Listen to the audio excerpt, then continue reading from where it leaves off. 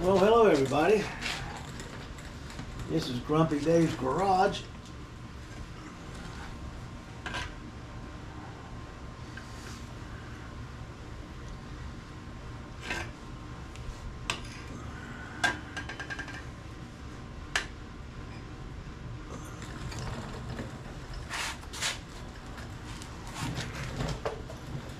I was more or less told that you can't do it.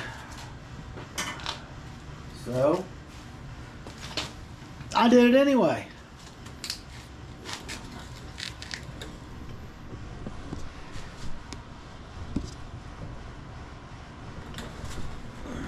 Trying to get a better picture here. There we go. I don't know what this is right here. Just one spot, area 51, Bermuda Triangle, whatever. Nothing works right. Anyway, just did what they said you couldn't do. I located and found a GM Positraction unit. It is 1 inch, 2 inches wider from end to end than the stock. I guess they call it the Salisbury axle. Original for the MG. This is what I wrestled out today, starting at 7 o'clock this morning. I've been fighting rainstorms on and off all day. I was working under the car and I heard welding, looked up. Jimmy'd come up, set up his welder, and he was over on my bench just cutting a good weld on my headers. I'll do the grind and clean up. I got to paint them, and then I got to wrap them, and then install them. Just one more part on the car and out of the garage. So let's go over the rear end. Okay.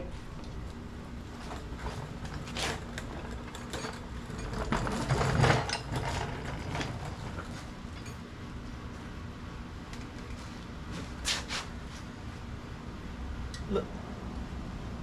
This is the spring perch. Lines up with the spring perch.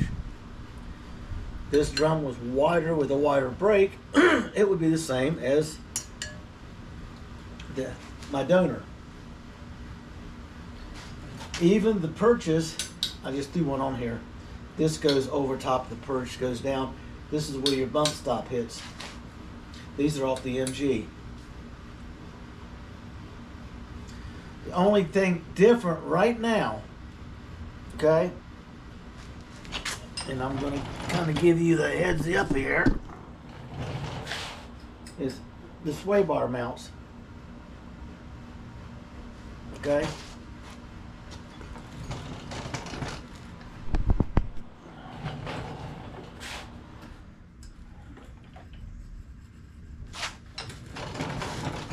Get my cameras arranged here properly. Can't do anything. Rain. I worked on and off through on and off showers all day. This is your sway bar mount. Swings down here, comes over, hops over the rear end, comes up here. This one will be all set because I'll have to make a pad to sit on here because this rear end is taller from here to here than this one from here to here. But I think, in fact, we can just test it. How's that sound? I got a tape measure here.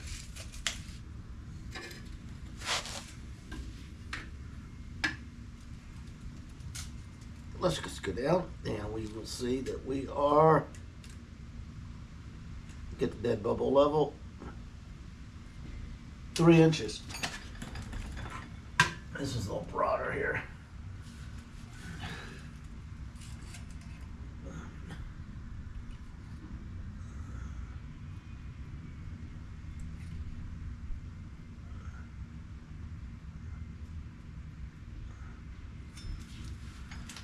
Still amazing me. The sway bar will fit, but it's going to be close, so this is going to have a shim. I'll make something an inch taller, so if it moves, it's not going to be binding. And then we're going to use a similar brake valve piece.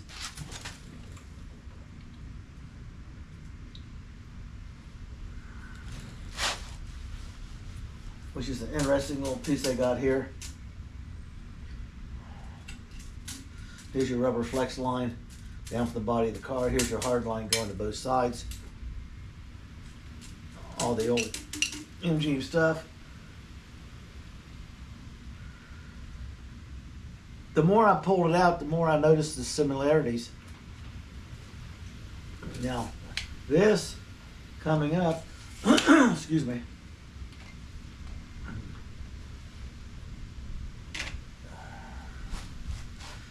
This is a two-door regular cab S10.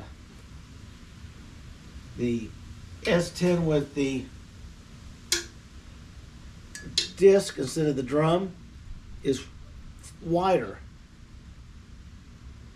A lot wider, like 5 inches or more. It's a 410 posi.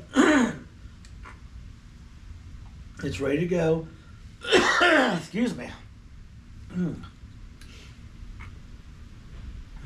So other than moving these brackets, so what I'm going to do is I'm just going to mark this in a no weld area and tape it up and polish it down. Then I'm going to primer and paint the rest of it. And then I got all these pieces to do. Okay. I got one spring out. It's laying over here. I got to cut the other one out. It wants to be a pain. So I'll probably have to work on getting the bushings out tomorrow. Jimmy did finish the welding the headers when I was under the car today. They're laying up there. I just got to grind them, paint them, and wrap them, and it's time for gaskets and then torque them in and install them.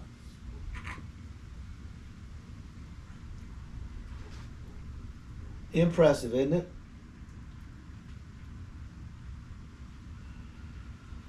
Now yesterday it was surprising because the gas tank came out to be perfectly clean inside.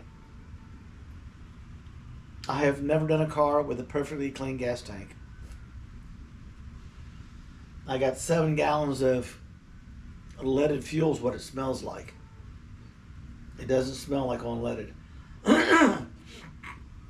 Since it was up in farm country, and a lot of farmers use leaded gas after we couldn't buy it as a consumer, because that's like their diesel. Their diesel and gas it's not taxed like ours is. They use it off-road. So I'm pretty sure that's where that diesel come from. It's been in a car.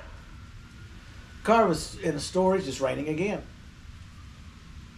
For 19 years before I got it, so it's been in there a year, say 20. And I don't know how long the car sat prior to them putting it away. Looks like it sat out there for a little while. So it could easily be leaded fuel.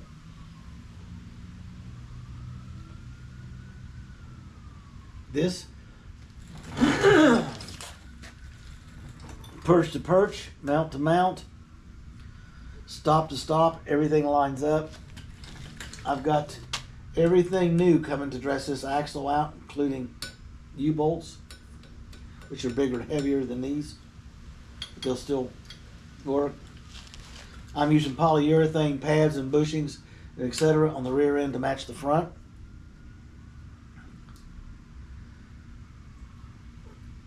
Now tomorrow, what we're going to do, let me turn the camera around.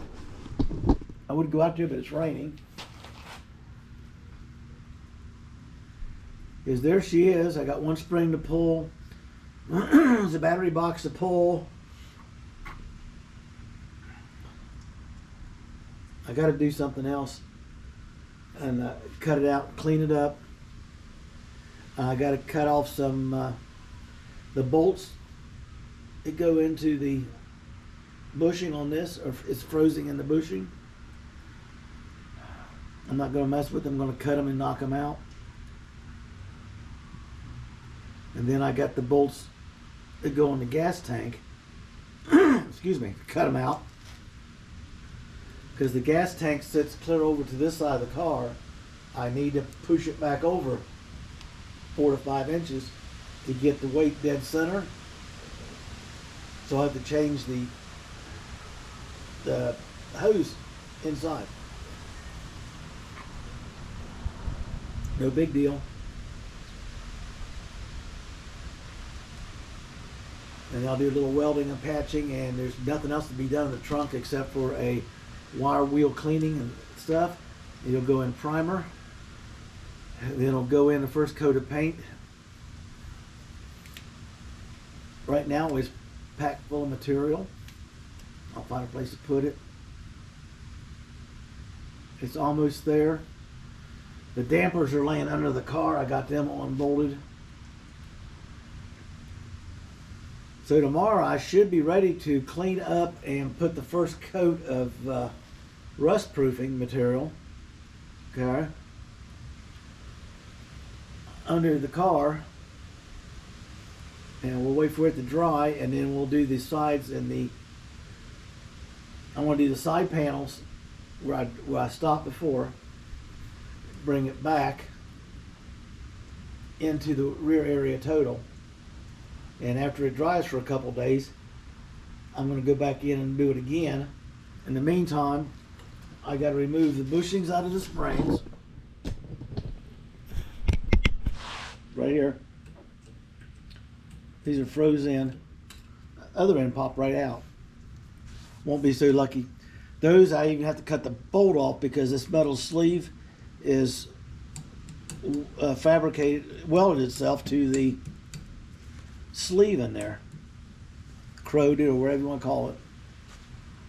I try to turn it and the rubber makes it turn back around, which tells me that this is now bonded to that and the bolt is bonded to the metal by corrosion or whatever. So a little bit of heat and a little bit of pressure, I'll get them popped out. We'll clean the springs. I got new bushings to go in them. I've got to reorder parts. Okay, a lot of parts. I'm exhausted. It's been an 8-hour day out here twisting, getting this thing, but it's out. I know I've got to order some parts. I'm gonna go look them up. I got everything for the S10 setup, all new brakes, hardware, clamps, yada yada yada yada. It's there. I broke one of the rear shackle mount bolts. I'm gonna have to put one of those in the cart. I'm gonna need a new front bolt for that front eyelet bushing on the spring on the driver's side. After I cut them out and beat them out of there, I'm gonna need a new bolt. I have brand new polyurethane bushings for everything back here. So what I want to do is get in there and just go to town. Just cut everything out, clean it up real quick. Get the first layer of undercoating in there so it can dry. And then while that's drying, since the headers are done, I may spend some time grinding headers. But my main concentration is to get everything ready for this rear end. I got nuts and bolts soaking in a vinegar bath. I got brackets to wire wheel and clean and get in primer and paint. I got to clean the mounting pads since I know where they are now. And then tape them off so they don't get, and then go ahead and paint the tubes. We'll be cutting off these brackets right here. Let me get you a picture. These will be cut off and moved to here. That's the reason I'm just going to polish the metal here, tape it over. All this will get primer and done. This just holds your brake line. Interesting, isn't it? Told me there was no cutting, no shortening, no working on, no. She's going to bolt in. The only thing I got to do is going to be a challenge. I figured out how to do it already. Is right here. The bolt in the bushing it comes through this mount here is larger than the one here.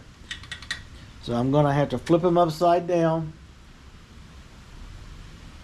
put a steel plate on it, clamp the steel plate down with my C-clamps so I can set the mag drill on it.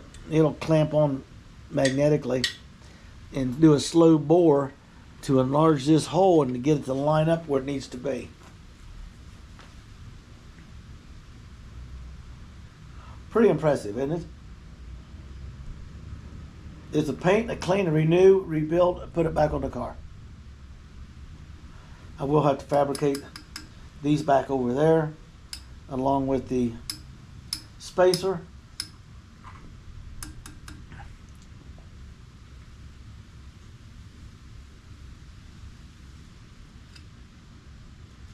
I believe.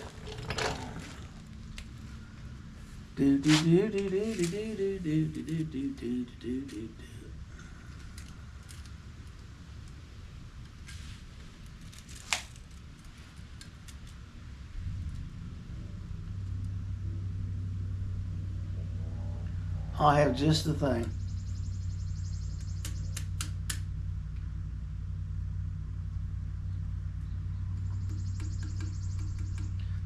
In fact, I'll cut and drill them before these get welded on, so they'll just line up here. I'll clean this up. This will get tack welded, and then I'll get longer bolts to go down through to put the bracket on that holds the bushing for the rear sway bar. I can't believe how fast this is coming together. I just don't want to make a misstep and not order something I need, so I got to go in there and start ordering parts.